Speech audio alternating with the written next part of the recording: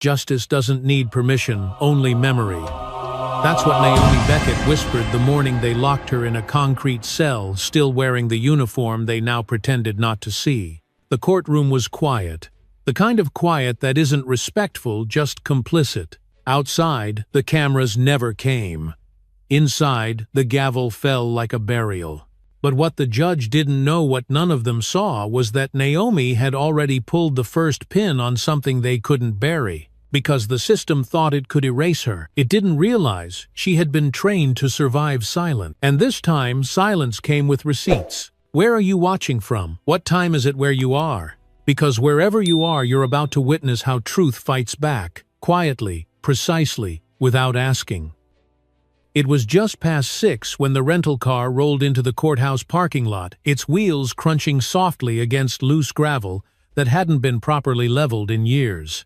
The morning air was cool, still wet from dawn, carrying that particular scent. Only small towns seemed to hold lemony cleaning agents from a janitor's overnight shift, old books, and quiet expectation. Naomi Beckett eased the engine off and sat there for a long second, hands resting calmly on the steering wheel, her eyes fixed on the building in front of her. No crowds, no protesters, no reporters, no flags fluttering on poles. Just a 2-story stone structure with fading paint and the sound of an overworked air conditioning unit groaning from a side vent. She could hear the hum even through the closed windows, and for a moment it reminded her of a base camp generator in Kandahar, always on, always tired. She didn't rush to open the door. Instead, she looked at her reflection in the rearview mirror, deep brown skin marked with the quiet lines of time gray, threading through short, neatly combed curls, and eyes that had seen things they'd never put in any official citation. Her uniform was crisp, but not pristine. It had walked through too much for that. The boots were broken and scuffed, in places where sand and blood had once dried together. She reached over to the passenger seat and picked up a folded photograph, the edges curled like old paper, trying to forget how it was once held. 6 soldiers in front of a burnt-out convoy, truck dusty smiles, arms thrown over shoulders, sunlight so bright it had washed out the sky. Afghanistan, 2010. 2 of them were already gone, one to an IED, the other to the kind of silence that doesn't leave notes. Naomi's thumb traced the youngest face. "You always carried candy in your vest," she whispered, then smiled faintly and tucked the photo back into her inside pocket. She unbuckled, opened the door, and stepped out. Her boots hit the ground with the deliberate weight of someone who'd spent a lifetime learning to control her pace. Not just on marches, but in courtrooms, press briefings, funerals. Every step carried calculation, not out of fear but out of respect for terrain. She adjusted the collar of her jacket and looked around. No one greeted her. A maintenance worker pushing a mop bucket paused and squinted in her direction but said nothing. A deputy inside glanced through the window, made no move to open the door. Naomi walked forward, not with urgency but with presence. The kind of presence that made rooms quiet without a word being spoken. Inside the courthouse lobby was dim and smelled of disinfectant, layered over something older, files, sweat, and stories no one wanted to remember. A young security officer at the scanner didn't stand when she approached. He barely nodded. "ID," he muttered, as if the insignia across her chest didn't already say more than a name ever could. Naomi didn't respond. She placed her military ID on the tray, removed her bag, and raised her arm slightly as she stepped through the metal detector. It beeped once, then settled. The older officer beside the scanner leaned over to the younger one and whispered not quite low enough, "Another one who thinks rank is a free pass." Naomi didn't flinch. She'd heard worse in foreign languages, through clenched jaws, even from men who once served under her but never alongside her. She picked up her bag, nodded once, and walked on. The hallway leading to courtroom 3C stretched narrow and straight, lined with water-stained ceiling tiles and the distant sound of someone typing too hard on a keyboard. Naomi stopped halfway down. Not out of hesitation, but from something else, ritual perhaps. She placed her hand inside her jacket and pulled out the photograph again. The creases folded just right in her palm, as if her hand remembered the shape even better than her eyes did. She looked at it not as nostalgia but as compass. "I didn't come here to be defended," she said quietly, "not to anyone else, but to herself, or maybe to them. I came here to remember who I serve." She replaced the photo carefully, ran a thumb over her lapel, and continued walking. Courtroom 3C looked like it had not been updated since the Carter administration. The benches were uneven, the lighting flickered in irregular patterns, and the seal above the judge's bench had a long, tired crack running right through the eagle's wing. She entered alone. The clerk glanced up, then immediately backed down. The bailiff looked over but said nothing. The defense table was already set, and the public defender assigned to her case, a man she had met only twice, both times briefly, sat fiddling with a yellow notepad, his glasses smudged, eyes red-rimmed. He didn't stand when she approached, only gestured limply at the chair beside him. Naomi sat down, straight-backed feet planted evenly on the floor, hands folded neatly in front of her. She didn't look around. She already knew how many people were there, who they were, and where they sat. A pair of young men in the second row whispered quietly. "Is that her one?" said leaning in. The other nodded. "Yeah, that's General Beckett." The one they said went dark after the inquiry. Naomi heard them. She didn't turn. A moment later, the bailiff cleared his throat and called all rise. The room scraped to its feet as Judge Ronald Tierney entered, robes flowing behind him like they belonged to someone who still believed in the weight of them. He didn't look at Naomi. Not yet. He sat down, adjusted his glasses, and opened the docket. "This court," he began without lifting his gaze, "is now in session for the matter of the state of," he paused slightly, "versus Naomi Elise Beckett." A hush fell, not like thunder, but like snow, soft, gradual, and suffocating. Naomi raised her eyes not to the judge, not to the lawyers, but to the cracked seal above his head. "We the people." She had worn that phrase on her sleeve, carried it into towns without names, into backrooms where hope was fragile and the air tasted like dust and doubt. And now here she was beneath those same words, not as an officer, not as a commander, but as the accused.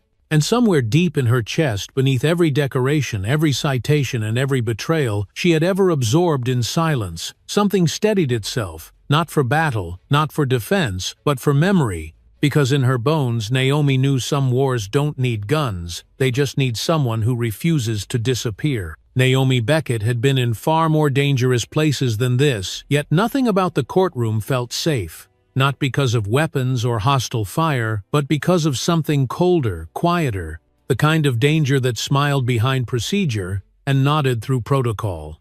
The courtroom itself was small, windowless, and smelled faintly of mildew, masked by the synthetic citrus of industrial air fresheners. Fluorescent lights flickered above as if unsure of their duty, casting a pale, uneven glow across a room that hadn't seen daylight in years. It was a place built not for justice but for efficiency, where stories were shortened, names were mispronounced, and dignity was filed away with the exhibits. Judge Ronald Tierney entered with a stiffness that wasn't physical but ideological. His robe dragged slightly against the floor, the fabric heavy, not from weight but from years of conviction turned to resentment. He didn't acknowledge Naomi, didn't glance in her direction. Instead, he moved directly to the bench, adjusted his chair without a sound, and opened the thick manila folder that held the fate of a woman he had already stopped seeing as human. He had once believed in justice, once marched on State House steps in the early 90s, fist raised, quoting Thurgood Marshall, and promising reform with fire in his voice. But that was before his son David, a second-year med student, had attended a protest in the city 3 years ago, an event that spiraled out of control. Tierney never forgot the footage. Tear gas rising windows shattered a burned patrol car, smoldering in the background, and someone, wearing a camo jacket, shouting into the chaos just steps ahead of his boy. A moment later, a gunshot. The news called it an accident. He called it a turning point. Since then, Tierney had found comfort in control. He clung to order like it could resurrect the dead. To him, loud voices were threats. Uniforms were not shields. And disruption, no matter how principled, was just another form of decay. He had come to see people like Naomi, decorated, outspoken, unrepentant, as accelerants to a fire he could never forgive.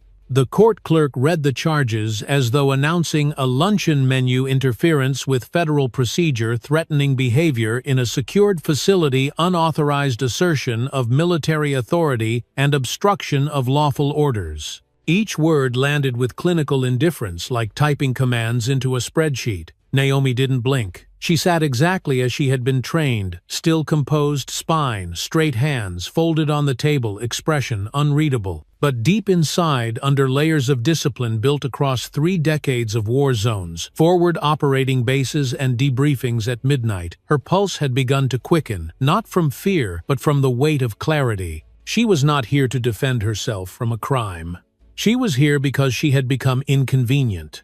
Her public defender stood shifting nervously on feet that didn't seem ready to carry him forward. His name was Foster, mid-30s, thinning hair, sweat collecting behind his ears. Naomi had met him once 2 weeks ago for less than 10 minutes. He had forgotten to bring her case file and apologized 3 times for being swamped. Now he cleared his throat and said, "Your Honor, we would like to enter a motion for a delay." Tierney didn't even look up. "Counselor, this case has been on the docket for over a month. We will proceed." Foster flinched and sat down, whispering, "I'll do what I can." Naomi didn't answer. She wasn't angry. She hadn't expected anything else. She had spent her career preparing for external threats, for enemies with rifles and red flags. No one trained her for how fast silence could spread in a room full of oaths. The prosecutor stood next. Assistant District Attorney Joel Radley, tall, polished skin like sanded ivory, with a smile, too rehearsed to be trusted. He adjusted his cuffs before speaking, as if preparing for a debate round rather than someone's life. "Your Honor," he began, "this is not a case of mistaken identity. This is a case of intentional misuse of power. Colonel Beckett, though decorated, is not above the law. Her actions at Crestfield Regional Airport were not only unlawful, they were threatening to the fabric of national security." There was no gasp from the gallery. No courtroom drama.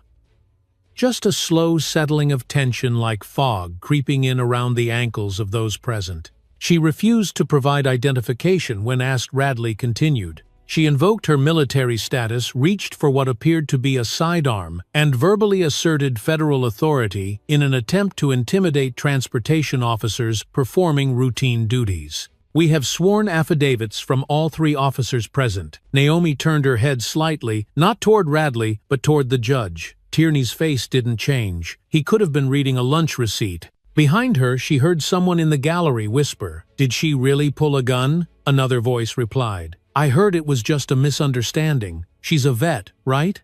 Radley pressed on. "While we acknowledge Colonel Beckett's prior service, it is precisely her rank and training that make her actions so dangerous. She knew better. She chose not to act better." Foster tried again. He stood awkwardly, opened a thin folder with trembling hands, and said, "We question the absence of video footage. There was no civilian witness, no audio recording, no recovered camera angle from the checkpoint in question. The reports are—" He didn't finish. Tierney raised a hand. "Speculation is not a substitute for evidence. Proceed with argument or be seated." Foster sank back down. Naomi kept her eyes forward, breathing slow and even. But she noticed the tightening in her jaw, the tension creeping into her shoulders, the way her fingers pressed slightly against each other. Not enough to show weakness, just enough to remember she was still alive. She had once told a young lieutenant in Kandahar that silence was a tactical decision. It didn't mean surrender, it meant watching, listening, learning where the fault lines ran beneath the surface. And right now she was mapping this courtroom like a battlefield. Tierney finally spoke directly to her. "Colonel Beckett," he said slowly, as though the title itself were distasteful, "you are not on trial for your past.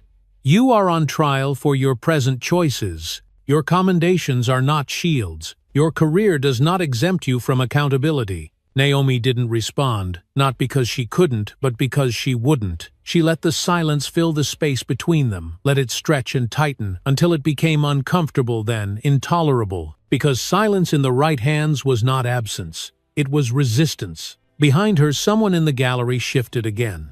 And from the corner of her eye, Naomi saw the smallest thing: the court clerk, a young black woman staring at her with something that wasn't pity or fear. It was recognition. Naomi blinked just once. And the war, the real war, the one without borders or flags, marched quietly forward. The word threat had now been used 9 times in under 10 minutes, each repetition duller than the last, like a blade pressed too many times against the same scar. Naomi Beckett remained perfectly still at the defense table. Her breath measured her gaze forward, her fingers lightly interlocked on the worn wood surface, silent, unreadable, unmovable. She was no stranger to false narratives. The military had taught her early sometimes what gets written in the after-action report has less to do with what happened and more to do with what needs to be believed.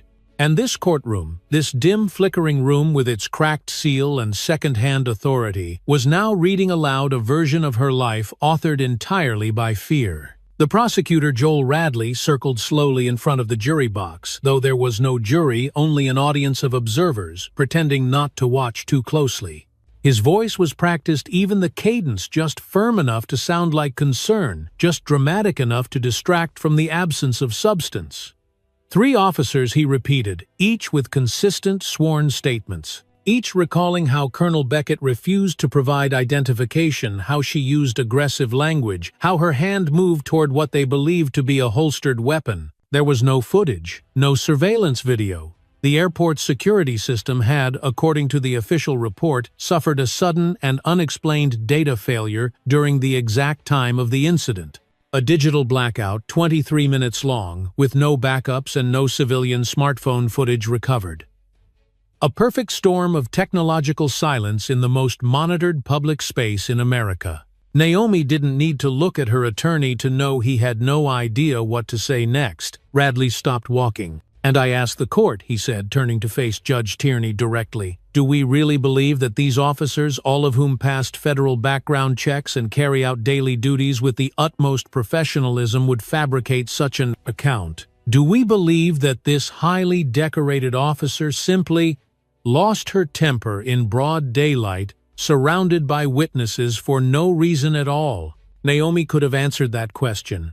She could have told the court about the child she saw crying, clinging to her mother's hijab, while a TSA agent shouted so loudly his voice cracked. She could have described the moment she stepped forward, not with authority, but with calm, saying nothing more than, "That's enough." She could have explained that she never touched her weapon, that her ID was in her hand the entire time, that the officer ignored it, saw only the uniform, the skin beneath it, the posture that did not shrink. But she also knew none of that had been written down. And in this place, truth not written might as well be myth. Her attorney tried to find footing. "Your Honor," he began, his voice lacking the weight of belief, "we question the reliability of this testimony in the absence of corroborating video or neutral witnesses. The surveillance malfunction, while perhaps coincidental, leaves us—" Counselor Tierney interrupted, not looking up from the documents on his desk. "We are not here to debate technical failures. If you have evidence to introduce, proceed." Foster hesitated, then quietly said, "We don't, Your Honor." It wasn't entirely his fault. The discovery files were thin, dangerously so. Naomi had reviewed them herself. The 3 sworn statements from the officers had been filed within hours of the incident, all using nearly identical phrasing down to the punctuation. The same verbs, same metaphors, same passive construction. The suspect appeared, agitated the subject, escalated the encounter. The situation was deemed a risk to public safety, and the description of the threat, a vague reference to aggressive posture and verbal assertion of classified authority, lacked any timestamps, any specific quotes, any human detail. It read like a committee decision. She remembered the checkpoint, every second of it. The cold floor under her boots, the snap of the plastic bin on the scanner track, the way the officer's hand hovered too close to his sidearm. She remembered the mother's trembling, the child's sobs, the way no one else stepped forward. And she remembered her own voice, low, even practiced from decades of giving field orders under fire. "Sir, you're out of line." That was all. No threat, no command. Just a boundary spoken aloud in a space where boundaries are usually enforced with silence. But now that moment was being rebuilt piece by piece, by men who had not been there, who did not know her, who had already decided what kind of woman she must be. And in this reconstruction, Naomi was no longer the veteran with 30 years of command experience, no longer the soldier who had rescued two of her own from an ambush in Marja, no longer the officer who had trained peacekeeping forces in West Africa and rewritten field manuals on cultural de-escalation. No, in their version, she was a threat because she dared to speak without permission, to stand without apology, to exist in uniform, and not lower her eyes. Tierney finally looked up. His expression was not hostile, it was worse. It was resigned. The look of a man who had already signed the forms, already made peace with the outcome. This court, he said, slowly has an obligation to ensure that no individual, regardless of past service, is above the law, especially when that individual uses symbols of authority to intimidate others. Naomi felt something shift, not in her body but in the room itself, like a breath held too long. Like a foundation cracking 1 inch at a time. She glanced toward the gallery and saw a young woman in a maintenance uniform standing half-shadowed near the door. Their eyes met for a split second. There was no gesture, no signal. Just a look, one that said, "I see what's happening. I see you." And then it was gone. Radley closed his folder with a gentle tap. "We have nothing further at this time, Your Honor." Foster opened his mouth to respond, then closed it again. Naomi didn't look at him. She didn't need to. What was happening here wasn't about evidence. It wasn't about conduct. It wasn't even about law.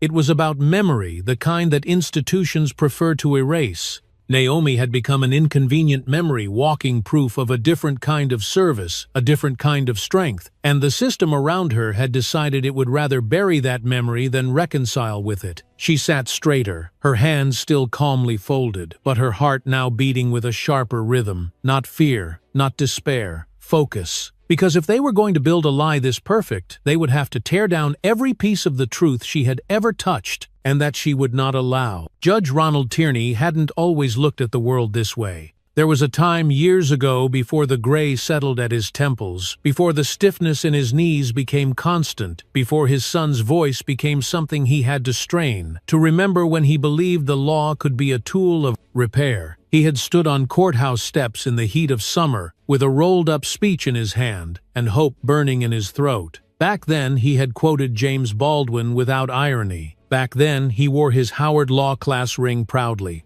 Back then, he believed. But belief doesn't survive everything. His son David had been the kind of young man that gave you hope in generational progress. A medical student, tall, kind, unnervingly brilliant.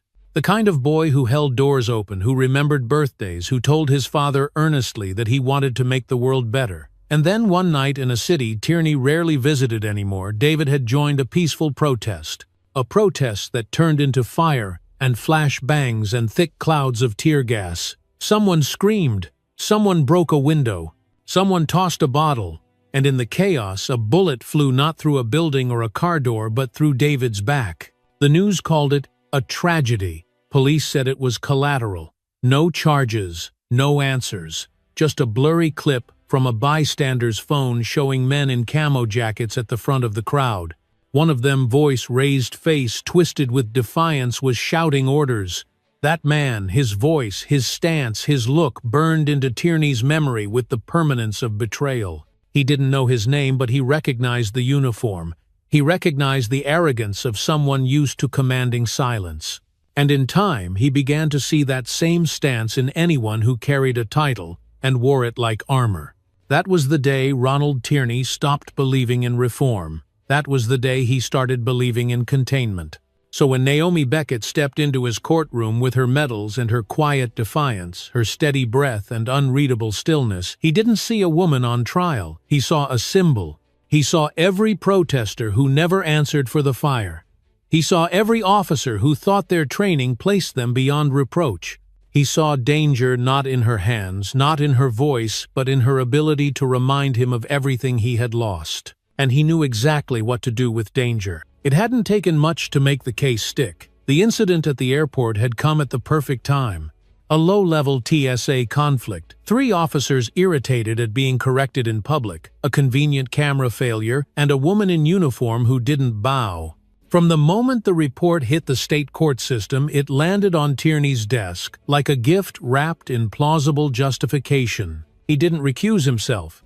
He didn't raise the conflict, because the truth was, Naomi Beckett's name wasn't unfamiliar. Months before the arrest, she had submitted an ethics complaint against a company called Pathfront Systems, a mid-level defense contractor responsible for supplying retrofitted armored transports to Army Reserve units.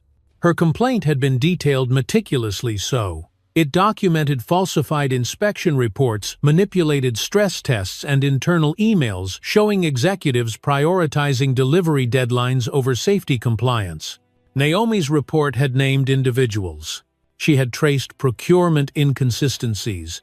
She had done what most officers only thought about doing. She put her name on it. The complaint never saw light, because Pathfront Systems was owned in part by a silent capital firm, Dolan Equity Partners, and among its investors, buried 2 layers deep under shell firms and legal intermediaries, was the Tierney Family Trust. The investment wasn't large enough to raise red flags. It wasn't even technically illegal, but it was enough to create one undeniable truth: if Naomi's complaint had been validated, the company's value would have plummeted. The fallout would have traced back to every investor, including the judge. Tierney had known this when he read her name, and yet he didn't recuse himself. Instead, he let the machinery turn. He told himself it wasn't personal, that her case wasn't about revenge, that it was about principle, about reminding those who wore power too comfortably that they were not immune to consequence.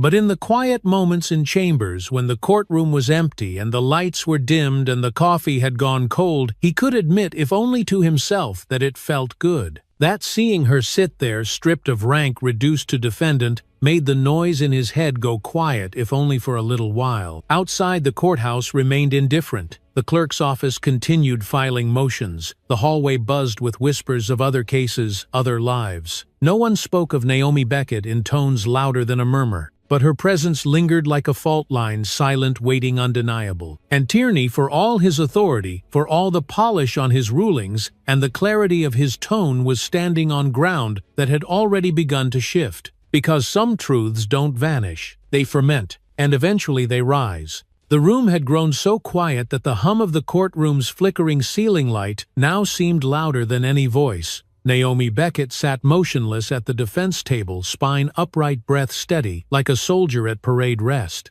Her public defender sat beside her, head slightly bowed, his fingers nervously fidgeting with the edge of a thin manila folder that hadn't been opened in over 30 minutes.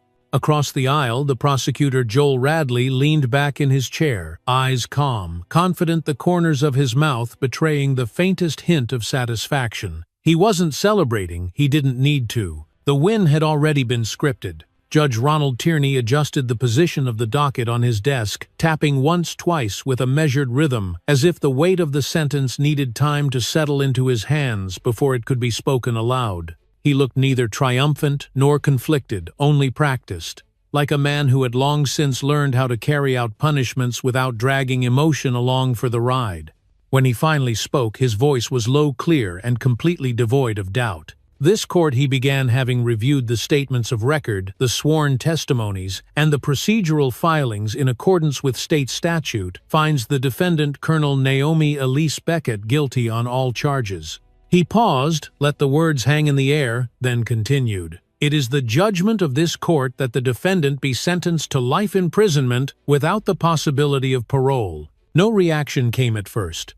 Not from the gallery, not from the prosecution, not from Naomi. Because the room wasn't waiting for outrage, it was waiting for permission to breathe. Then in the back row, a chair scraped sharply against the floor. An older man, heavy-set and broad-shouldered, stood slowly, his chest rising and falling with something between disbelief and fury. He wore a dark navy jacket, military pins on the lapel, faded and worn like memories that refused to be polished. "You just locked up a damn war hero," he said, his voice cracking as it echoed across the chamber. "While cowards walk free." Judge Tierney didn't blink. He lifted the gavel and brought it down once hard. "Remove him." A bailiff approached, but the man didn't resist. He simply turned toward the exit, pausing only once to look at Naomi, his face full of something far heavier than pity. She didn't return the look, didn't nod, didn't blink. Her eyes stayed fixed on the seal above the judge's bench, cracked and faded like the promise beneath it. The bailiff stepped closer this time, standing directly beside her. She didn't acknowledge him either. Not yet. Instead, Naomi slowly reached into the front pocket of her uniform, movements precise, deliberate, not rushed, not hesitant. She withdrew a small, matte black government-issued phone. No logos, no casing, no modern branding. It was older tech, heavy, secure, silent. At first, no one moved. The judge continued scribbling on the docket. The clerk typed absently. The prosecutor began collecting his papers. The defense attorney sat slack-jawed, unsure whether he was witnessing a breakdown or protocol. Then Naomi unlocked the phone with a single thumbprint. A soft chime sounded barely audible but distinct. She tapped the screen once. A blue pulse flickered across the surface. "Fallback protocol," she said, voice low but unwavering. "Code tier green." The bailiff leaned in, confused. "Ma'am." Naomi offered no explanation. She simply locked the screen, slipped the phone back into her uniform pocket, and resumed her position, straight-backed hands, folded once more, the picture of quiet resistance. Across the room, Judge Tierney glanced up from the docket. A flicker of something crossed his eyes. Not fear, not confusion, but disruption. A crack in the ceremony. A disruption in the control he had so carefully engineered. The prosecutor shifted in his seat. The clerk hesitated in her typing. But no one spoke, because no one in that room understood what had just happened. Not yet. 300 miles away, in a sub-basement beneath the Pentagon's E-ring, a blinking light lit up on a secure console that hadn't activated in more than a decade.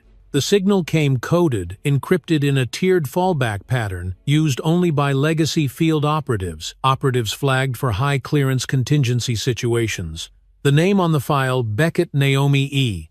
The terminal operator froze mid-sip of her coffee and dropped the mug onto the floor. It shattered against the concrete. She hit the alert switch. Within 7 minutes, the alert had been escalated to the Joint Protocol Command. Within 12, 2 security departments, military and civilian, flagged Naomi Beckett's case file for emergency review.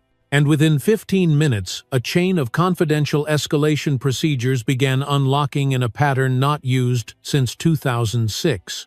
But in the courtroom, none of that was visible. Naomi sat in perfect stillness, her presence unchanged, her face unreadable. Her lawyer leaned in, whispering, "What did you just do?" She didn't respond. She didn't need to. Because this wasn't for the court. This wasn't for the lawyer or the judge or the journalists outside the courthouse hoping for a headline by noon. This was for the record, for the system behind the system, for the part of the government that still remembered what silence cost. The bailiff finally cleared his throat, uncertain. "Ma'am, I need you to come with me." Naomi stood slowly, adjusting the line of her collar with one fluid movement. She didn't resist. She didn't protest. She didn't even glance back at the gallery as she walked. Just one long step away from the table, one glance up at the fractured words carved into the seal, "We the people." And then she moved toward the holding cell doors like a soldier stepping off a chopper into foreign dust, silent, composed, and ready. Because she had not come to this courtroom expecting justice. She had come prepared for war. In a fortified communications room 6 floors beneath the Pentagon's West Wing, where the concrete walls were thick enough to muffle explosions and the lights never flickered, a technician named Maya Crane was eating her second granola bar of the morning when the screen in front of her lit up with a color she hadn't seen in years. It was not the red of a drill or the orange of a compromised signal. This was cobalt blue tier green protocol. A relic from a decade past, buried so deep in the system that most newer staff thought it was a myth, a leftover placeholder from the Cold War's last shadow. Her hands froze mid-bite. The granola bar crumbled in her palm. The name that blinked on screen was one she recognized but hadn't seen in over 7 years. Beckett Naomi. Status Active Reserve. Clearance Zulu. 6 Authorized. Protocol Level 2. Civil Triggered Response. A file designation tagged the signal as Fallback Initiated Code Tier Green, time-stamped from a non-military device routed through a civilian courthouse network. She muttered under her breath, "What the hell?" And then she stood up so fast her chair rolled backward and hit the wall with a bang. Within 4 minutes, the alert was bounced up to the Joint Operational Crisis Wing. Within 10, a legal analyst inside the Defense Intelligence Agency confirmed Naomi's rank, service record, and clearance, all still valid, all still active, under dormant contingency status. But what struck them wasn't the status. It was the location. The signal came from Crestwood County Courthouse, a low-level state facility that had no federal security presence, no known terrorism threat, no ongoing investigations. Yet the code had been authenticated, triple-layered, signed off by a unique biometric that only Naomi herself could generate. The Assistant Undersecretary for Intelligence leaned back in his leather chair and narrowed his eyes at the map. Why is an Army Reserve officer triggering emergency protocol from a county courtroom? No one had an answer.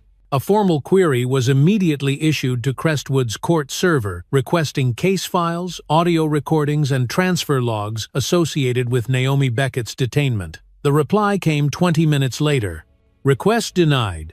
Case under state jurisdiction. System access locked for internal review. Translation: We're hiding something and we don't expect you to like it.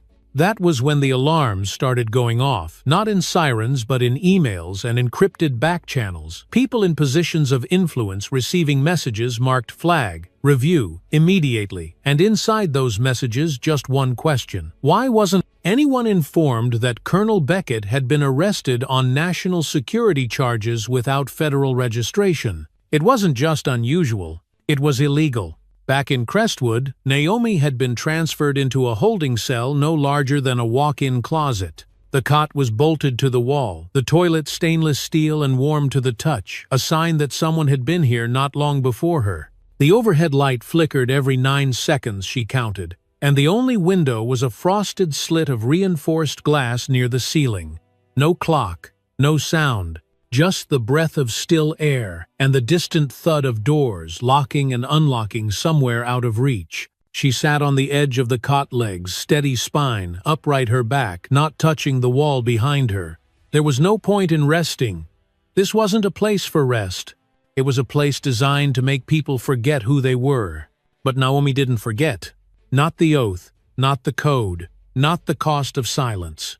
She had spent too many years watching good men and women buried under classified failures, casualties, not of war but of bureaucracy. She knew what it meant to become inconvenient, and she knew how systems behave when they feel exposed. They double down, they erase, they deny. But not this time, because what they didn't know, what they couldn't possibly have anticipated, was that Naomi had left breadcrumbs. Not flashy, not reckless, just enough. In the form of an encrypted backup stored off-site, accessible only through biometric link. A packet of evidence she had quietly passed to someone she trusted months ago. His name was Thomas Redding, retired infantry, former comms specialist, a man whose leg she had carried half a mile through mortar fire in the Coast Province, a man who owed her more than he could repay.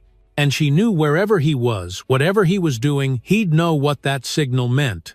He'd move, and so would they. Back at the Pentagon within the Strategic Integrity Office, a newly awakened task force began pulling classified records from the military's procurement division. It took them 20 minutes to find Naomi's suppressed complaint against Pathfront Systems, the defense contractor accused of falsifying armored vehicle tests.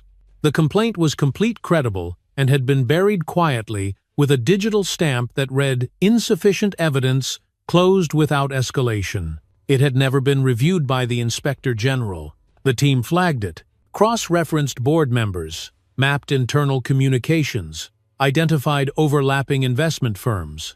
And that's when the last piece locked into place.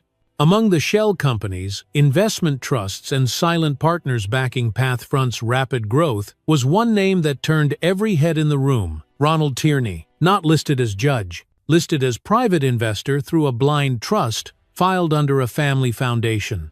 The room fell into silence, not confusion, not outrage, but strategy. "Get me the DOJ," said the director, his voice low. Now. And so it began. A race not just to uncover the truth, but to keep it from being erased again. Because the courtroom had thought Naomi Beckett walked in alone. But somewhere in the system, the walls had just begun to speak.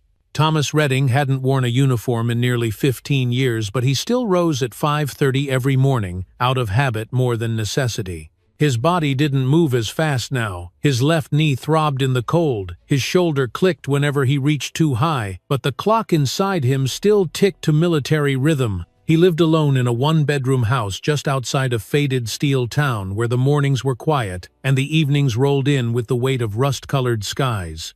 It was the kind of place that remembered its wars only on Veterans Day and forgot the rest of the year.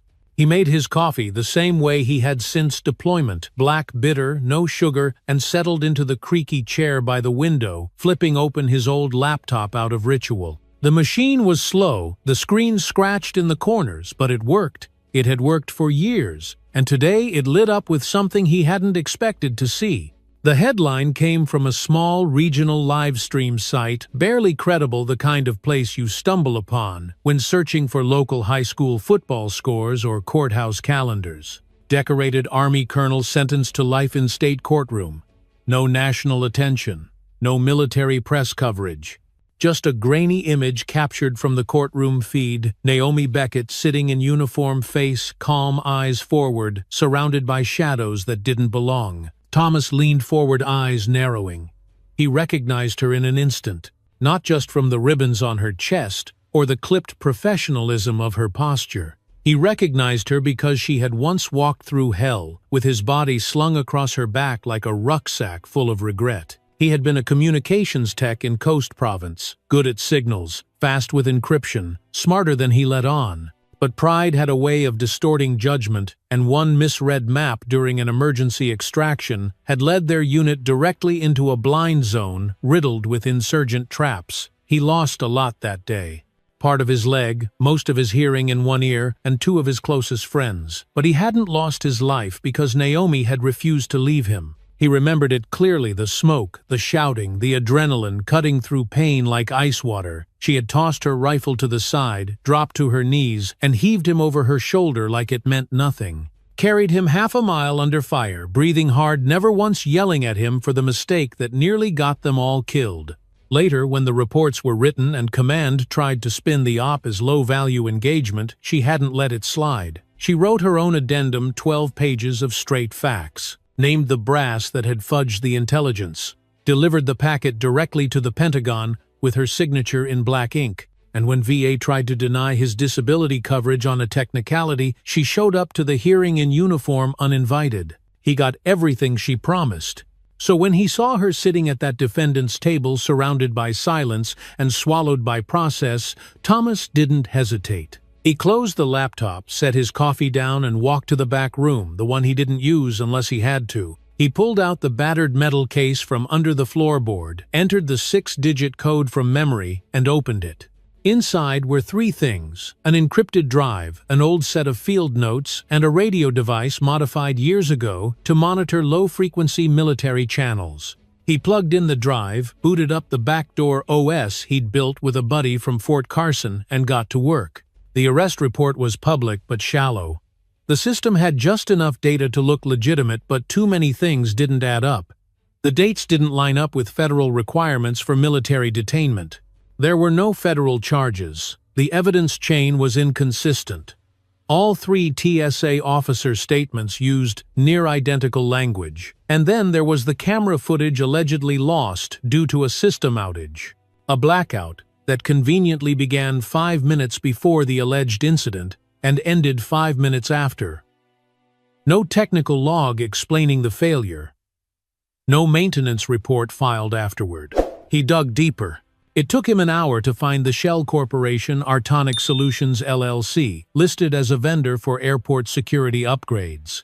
It looked normal until he traced the contracts back to procurement links connected to Pathfront Systems, the very same company Naomi had flagged in her internal ethics complaint. That file had been encrypted, never formally reviewed, and quietly archived by a server tagged "Do Not Escalate." That was no accident. He followed the chain of funding through holding companies, hedge firms, and finally a family trust registered in Delaware under the name Tierney Holdings. His stomach dropped. Judge Ronald Tierney. He sat back in his chair, exhaled slowly. A storm had been stitched around her. A perfect trap with no edges, no noise. The kind that kills reputations without ever firing a shot. He knew what came next. He zipped the data, encrypted it 3 times, broke it into 6 pieces, and routed each one through a proxy server in a different time zone. When he was done, he sent the fragments to 6 people, only one of whom he still trusted to open them. And then he stood up and turned off the lights. Naomi had stood for him when no one else did. Now it was his turn. He had no uniform, no title, no courtroom, but he still had a fight in him, and sometimes that was enough. In a quiet corner of Northern Virginia, beneath the amber light of a study lamp that had belonged to her late father, Geneva Miles, adjusted her reading glasses and stared at the email headers stacked across her encrypted inbox, her fingers hovering over the keys like a musician before the first chord. The files had come in piece by piece, split across separate pathways, routed through foreign servers, and scrubbed of metadata, but she recognized the signature embedded in the code almost immediately. An old habit Thomas Redding had never let go of: 3 characters at the end of every packet, a private cipher. Only 2 people alive would still understand. It had been 7 years since they last spoke, and yet the message was unmistakable. She needs us. Geneva sat back her chair, creaking against the weight of what she already suspected, and let out a breath that had been building for years. The world outside her window was calm, birds chirping faintly in the trees, a neighbor's lawnmower humming somewhere in the distance, but inside her chest a storm had begun to gather. She opened the files carefully, methodically, clicking through images, reports, transaction trails, and deposition records, each one stacking atop the last like bricks in a wall, meant to keep the truth out. The name that kept reappearing, Pathfront Systems, triggered an ache in her stomach that wasn't just professional, it was personal. She had seen what faulty equipment did to soldiers who trusted it with their lives.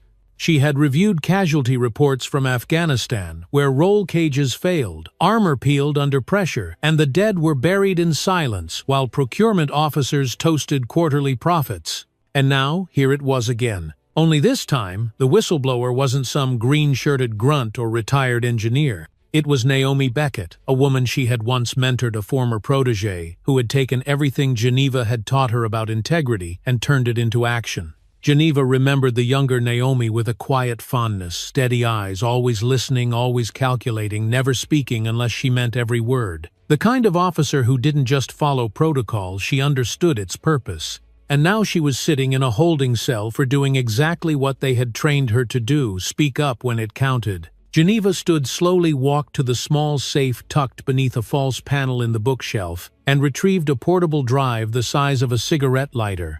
It held backups of her years at the Pentagon, not the classified kind, but the kind that mattered more: the quiet memos, the rejected ethics, reviews, the internal arguments that never made it to official channels. She slid the drive into her computer and began cross-referencing Naomi's original complaint with Thomas's recovered evidence. Within minutes, the pattern revealed itself. Pathfront's faulty vehicles, the airport security contract disguised under a subcontractor name, the identical officer statements filed hours after the incident, and most damning of all, the financial footprint that led directly to a name Geneva hadn't seen on a military ethics file in over 2 decades. Judge Ronald Tierney, she whispered aloud, and the sound of it made her skin tighten. Not because she feared him, but because she remembered him. He had once served on a civilian oversight panel for defense contracts during the early years of the Iraq War. Back then he had been sharp, idealistic, a rising legal mind who challenged procurement excesses and stood firm on transparency. But somewhere along the way, he had gone quiet, shifted his focus, disappeared from those circles without explanation. And now she realized why he hadn't disappeared. He had pivoted. He had moved from defending the system to profiting from its blind spots. Geneva rose from her chair and began to pace the room, each step clicking against the hardwood like punctuation marks on a sentence that had gone on too long. She couldn't do this alone, not this time. The web was too wide, the stakes too high, and the players too well protected. But she didn't need to act alone. Naomi had already triggered Tier Green Protocol, which meant the Pentagon was already listening quietly, cautiously, waiting to see what surfaced before they committed. Geneva needed to give them something undeniable. Not a suspicion, not a trail, a detonator. She opened a secure communication line, one only a handful of retired officials still had access to, and typed a short message, requesting activation of integrity protocol direct to legal oversight. Information attached. Priority classification defense breach involving judiciary. She hesitated, then added, "Colonel Beckett is not the threat.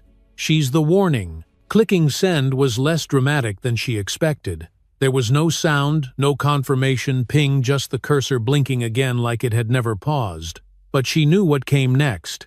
She knew how these systems responded once the evidence reached the right hands. Analysts would start reverse-tracking security clearances, mapping digital trails, pulling hidden financial disclosures, and redacting only when legally forced.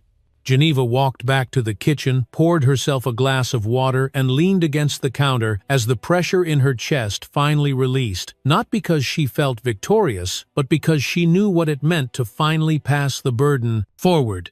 Somewhere across the state line, someone at the Department of Defense would be scanning her files right now, eyes widening, as the names aligned with the timelines, as civilian court procedures clashed violently with military jurisdiction. And someone in a suit, likely in a windowless room with coffee that had gone cold hours ago, would pick up a phone and whisper, "We have a problem." Geneva finished her water, rinsed the glass with quiet precision, and walked back to her desk. She pulled up Naomi's old personnel file, stared at the photo taken nearly a decade earlier, and allowed herself one moment of softness. "You always did know where the fault lines were," she said under her breath. "And you never stepped around them." Then she closed the file, and somewhere inside the walls of a system built to forget memory began to move again. The video file was low resolution, its pixels grainy from compression and years of digital neglect, but the moment it began to play, the silence in the room shifted. Inside a secure operations suite, tucked behind 2 layers of security checkpoints and a locked cabinet marked Archival, Unclassified. 3 analysts sat motionless, eyes locked on the screen in front of them.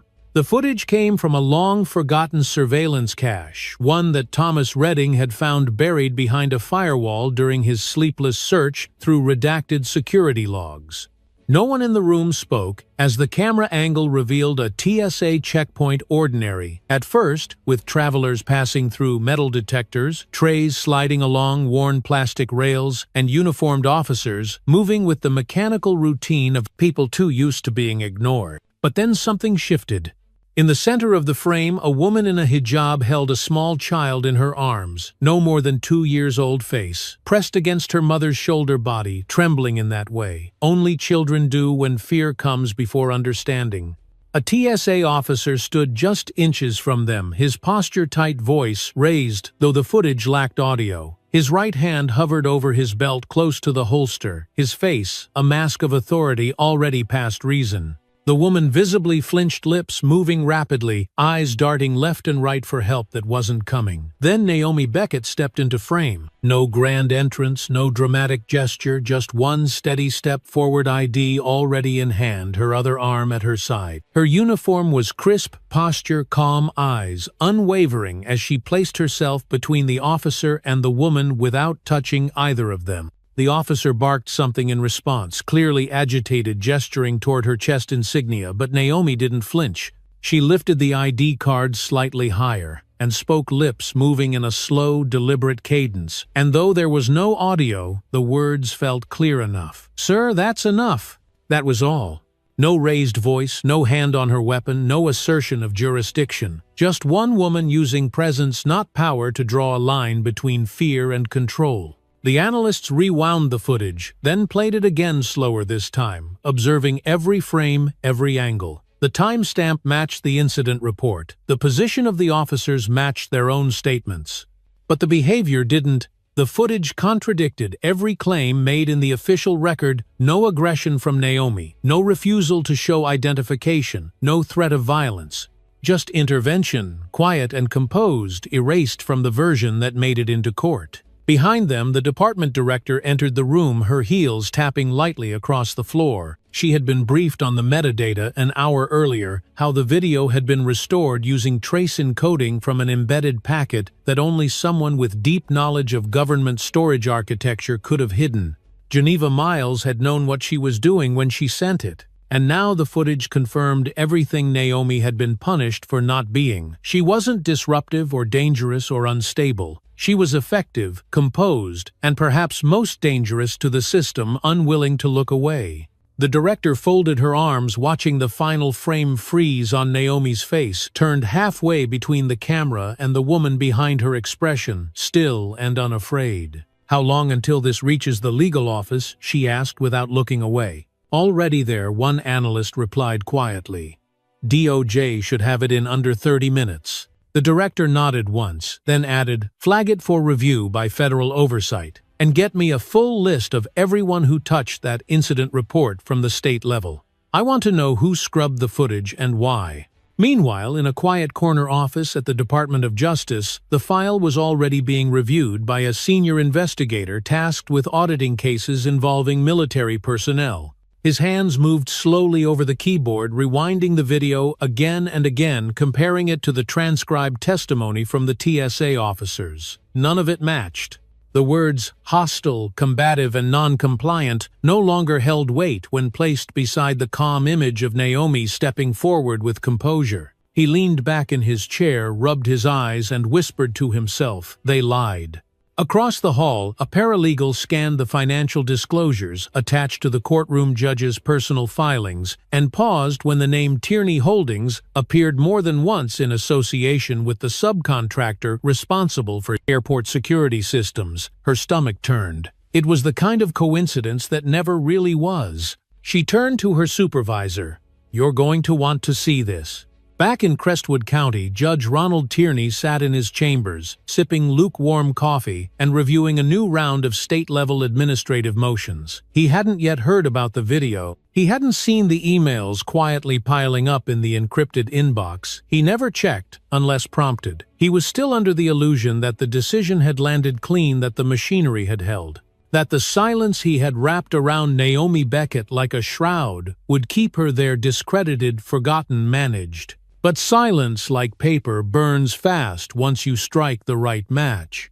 At that very moment, agents from the Southern District FBI office were coordinating with federal marshals, preparing to execute a judicial evidence seizure order. The warrant had been signed by a federal judge just 30 minutes earlier based on the new footage and the verified corruption trail connected to Tierney's financial interests. Inside the order was not just a directive to retrieve the courtroom's records, but to preserve all digital correspondence related to Naomi's trial, including drafts of rulings and undocumented communications with the prosecutor's office. And still Naomi sat in her cell, unaware of the motion now set in place above her. The only clue was the change in rhythm beyond the walls, footsteps moving faster, radios clicking more frequently, doors opening and closing with more urgency than routine demanded. She sat upright on the cot, eyes forward, breath measured, counting every flicker of the light above her, as if they were seconds in a clock that did not tick. In her hand, she still held the matte black voice recorder. She had not finished her statement, but now maybe she wouldn't need to. Because somewhere out there the lie had just cracked, and the truth long buried under convenience and control was beginning to speak for itself. At precisely 8 minutes past 8, the convoy of black sedans turned off the main road and rolled silently toward the rear entrance of the Crestwood County Courthouse, their headlights still on despite the morning light softening across the concrete. The first vehicle eased into position with the efficiency of practiced routine doors, opening in near-perfect unison as federal agents in dark jackets stepped out without a word, their faces unreadable, their movements quiet, purposeful. They didn't pause for introductions or explanations. They moved like people who had already done the math, checked the clock, and knew they were exactly where they needed to be. Inside the courthouse, the echo of their boots bounced down the tiled hallway like a drumbeat, announcing the end of pretense. No sirens, no shouting, no raised voices, just the sound of federal presence displacing local comfort.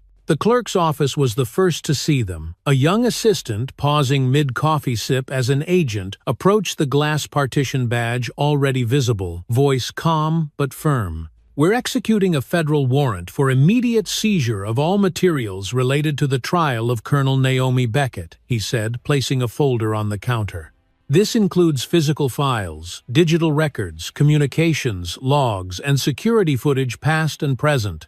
The assistant stammered something about checking with the court administrator, but the agent was already looking past him, eyes moving over the office with the detachment of someone assessing a blueprint. "We're not here to request access," he added gently but definitively. "We're here to take it." Down the hall, Judge Ronald Tierney stood in his chambers, adjusting his tie in front of a mirror that didn't quite reflect the man he used to be. His robe hung on the back of the door, freshly pressed dark fabric swaying gently in the draft from the hallway vent. He was reviewing notes from another case, or pretending to, his eyes drifting every few minutes to the digital clock on his desk, as if waiting for something he couldn't name. When the knock came, it wasn't sharp or hurried, just two even taps like someone letting him know the hour had arrived. He opened the door to find a woman in a tailored navy blue suit standing before him, her ID badge clipped just below her shoulder credentials, shining under the fluorescent lights. "Judge Tierney," she said, voice even, "we're executing a federal order to seize all documentation, internal communications, and evidence related to the recent case against Colonel Naomi Beckett." His mouth opened slightly, the practiced protest forming on instinct, but before the words came out, she stepped forward, lowering her voice. "Don't bother asking who authorized it," she said quietly. "You already know." Her eyes didn't flinch. His did. Behind her, other agents moved into the clerk's office sealing boxes, pulling drives from machines, labeling folders, photographing every step. The hum of printers stopped. The rattle of keys ceased.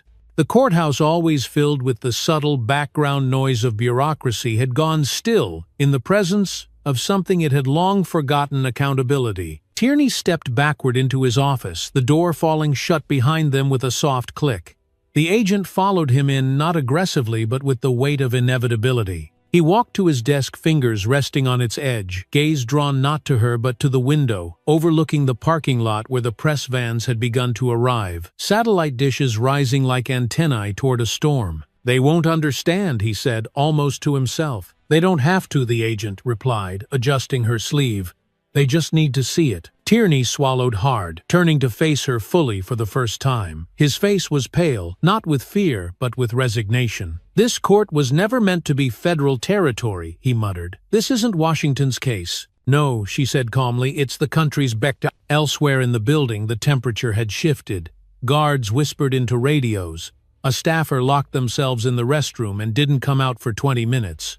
A paralegal in the basement archives refused to hand over a sealed envelope without a signed order, and when she was presented with one, her hands trembled as she opened the cabinet. Meanwhile, Naomi Beckett remained in her holding cell, unaware of the thunder unfolding above her. She sat as she had for hours, calm, upright, her hands folded in her lap, the voice recorder still gripped gently between her fingers.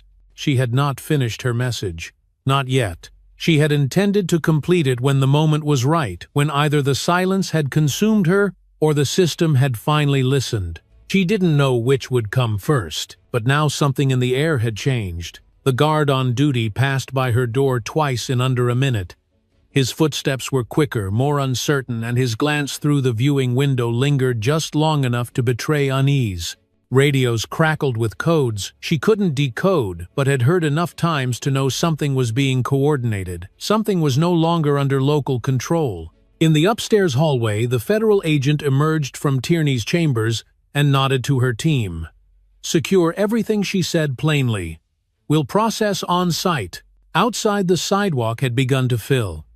Reporters with handheld microphones paced nervously beside camera operators adjusting tripods. An anchorwoman rehearsed her lines to an unseen producer, her voice crisp, eyes wide, unsure whether she was standing in front of a courthouse or the opening scene of a national reckoning. One reporter looked at her cameraman and whispered, "Is this about the soldier?" The cameraman shrugged. "It's about the judge now." And so it was. For 21 years, Ronald Tierney had presided from the same bench, his name etched into a small gold plate mounted just below the county seal. That morning, as he watched his desk being photographed and his files sealed in evidence bags, he didn't argue. He didn't call for his lawyer. He didn't even ask which office would be taking over his caseload. He simply sat down in the chair where he had once believed in justice and waited for someone else to decide what came next. Back in the cell, Naomi closed her eyes, not to rest, not in surrender, but because for the first time in days, the silence surrounding her no longer felt like a verdict. It felt like a beginning. The holding cell hadn't changed. Same chipped paint, same metal bench, same flickering overhead light that cast shadows against the concrete, like they were trying to crawl away. Naomi Beckett sat in silence, back straight eyes forward, the small voice recorder still resting in her hand like a weight she was no longer sure she needed to carry. The air was still and heavy, but the silence felt different now, not oppressive, not final, but waiting. Outside, the thick door voices passed more frequently than before, hushed tones between guards who had lost control of the script, their boots no longer landing with the certainty of routine, but with the hesitation of people who sensed rules had changed. Naomi could feel it in the rhythm of the place, an invisible pressure lifting from the edges, the kind that follows after truth takes its first breath in a room that had long forgotten how to hear it. She had not been told anything officially. No updates. No announcements. But she didn't need to be told. Soldiers learn to read rooms the way others read maps. She could feel the perimeter shifting.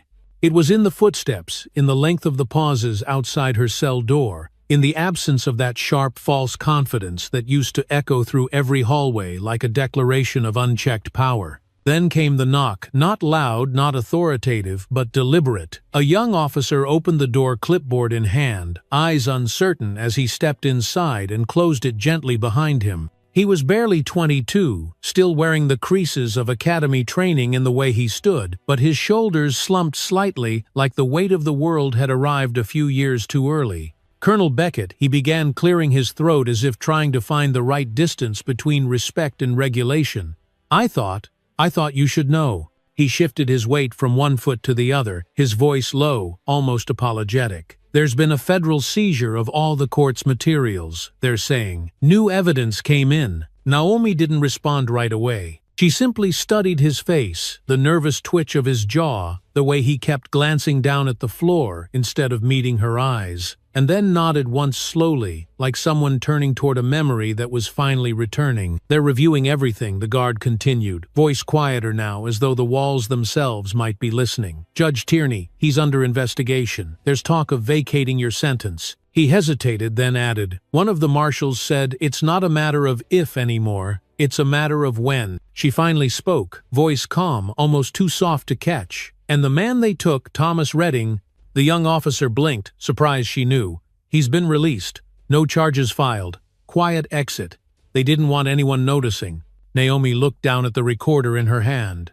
The red light was still blinking, waiting patiently for her to finish the statement she'd started days earlier.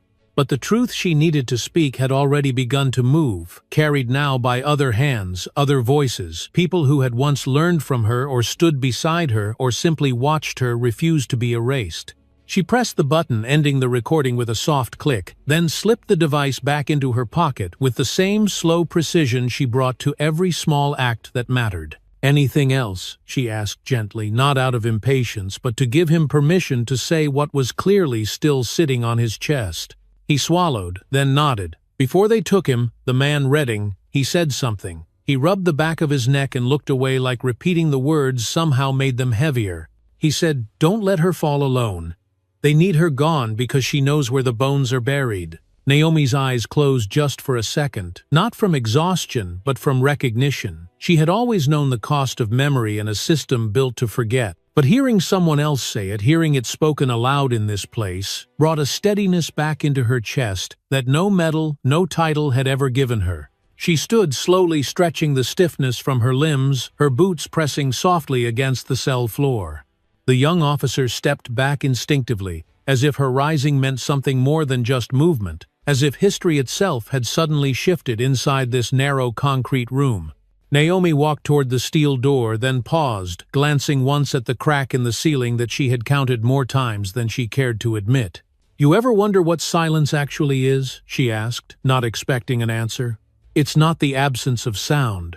It's what fills the space when everyone's too afraid to speak." The officer didn't respond, but the look in his eyes said everything. He had heard her, and in this world that still counted for something. Outside, the courthouse was in chaos. News vans lined the sidewalks, reporters jostled for position behind barricades, and camera lenses zoomed in on windows that had never before drawn interest. The story was breaking in real time now, across social media feeds, veteran forums, and independent news outlets.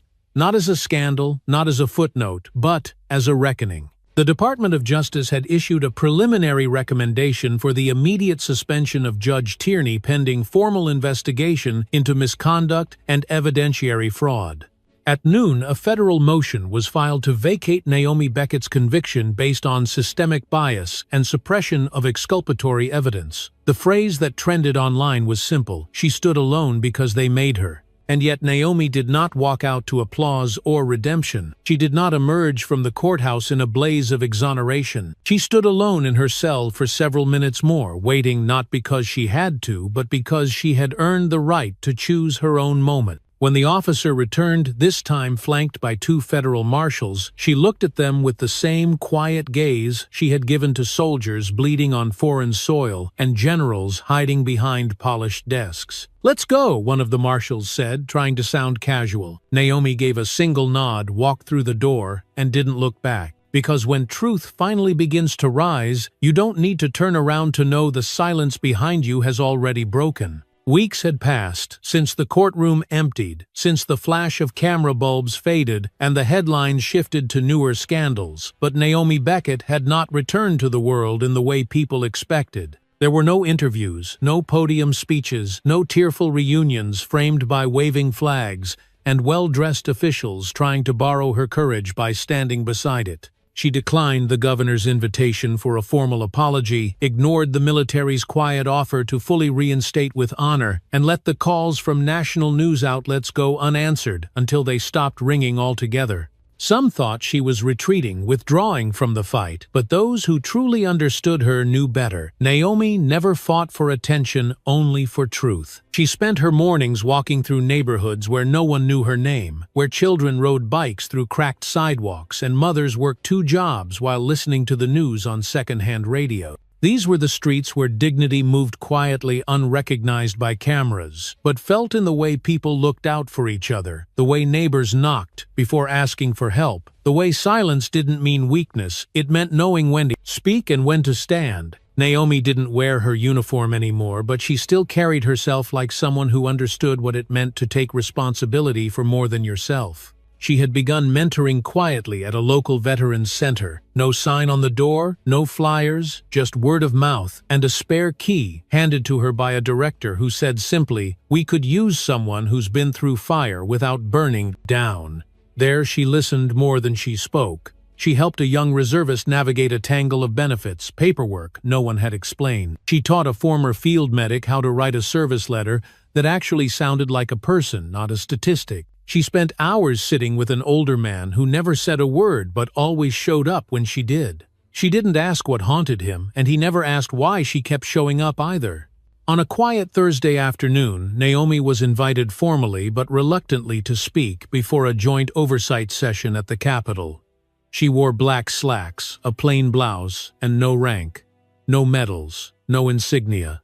Just her voice. The room was hushed when she entered, not out of reverence but out of discomfort. Some of the people there had signed off on the silence that nearly buried her. Others had only recently learned her name. She walked to the microphone without hesitation, unfolded a single sheet of paper, then looked up before reading a single word. "I'm not here to demand anything," she began, her voice even calm and firm, "and I'm not here to make you feel better. I'm here because I was asked to speak about justice, and I think it's important we stop confusing it with order." The room was still.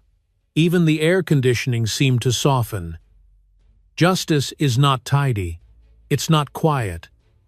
And it doesn't wait for permission. She didn't raise her voice, didn't call anyone out by name, but her words landed like truth always, does not loud but undeniable. Some looked down, some shifted in their chairs, Some finally looked up like people realizing they had been part of something they no longer wanted to recognize. When she finished, there was no applause, only silence, the kind that comes when someone says something you can't forget even if you don't agree. Outside the building, a young reporter asked a woman standing with an umbrella if she thought Naomi Beckett would run for office. The woman, older, kind-eyed, wrapped in a red coat, shook her head without hesitation. "No," she said. "She doesn't want power. She wants memory." That same week, in a small town far from the capital, a new plaque was added to the back wall of a local VFW hall. No press, no ribbon cutting. Just a name etched into worn brass: C. Beckett, Iraq, Afghanistan, domestic defense. And beneath it, a line engraved so small you had to lean close to read it. Stood alone so others wouldn't have to. Thomas Redding visited the plaque 3 days later.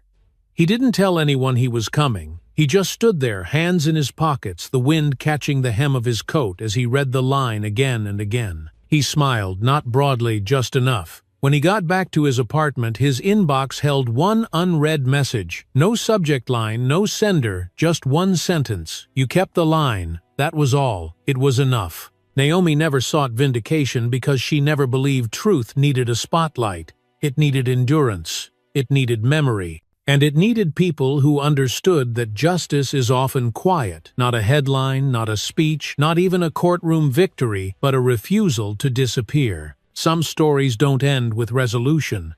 They end with responsibility. And some battles are won not by breaking things, but by standing long enough that the truth can no longer be denied. What happened to Colonel Naomi Beckett isn't just one woman's story. It's a reminder, powerful and uncomfortable, of how fragile truth becomes when silence is rewarded and courage is punished. This story speaks to anyone who has ever stood alone in a room full of people pretending not to see what's wrong.